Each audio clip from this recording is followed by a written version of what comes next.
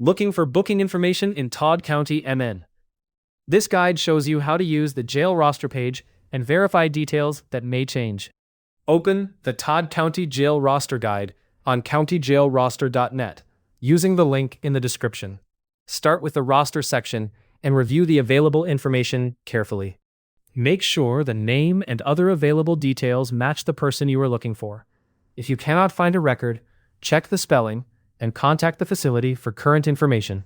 Todd County Sheriff's Office can be reached at 320-732-2157. The facility is located at 115 3rd Street South, Long Prairie, Minnesota 56347. The jail website is available through the guide page. Jail roster information can change after bookings, releases, or transfers. A roster entry is not a court judgment and does not prove guilt. For current custody, bond, visitation, or release details, contact the facility or the appropriate court directly. CountyJailRoster.net is not a government agency.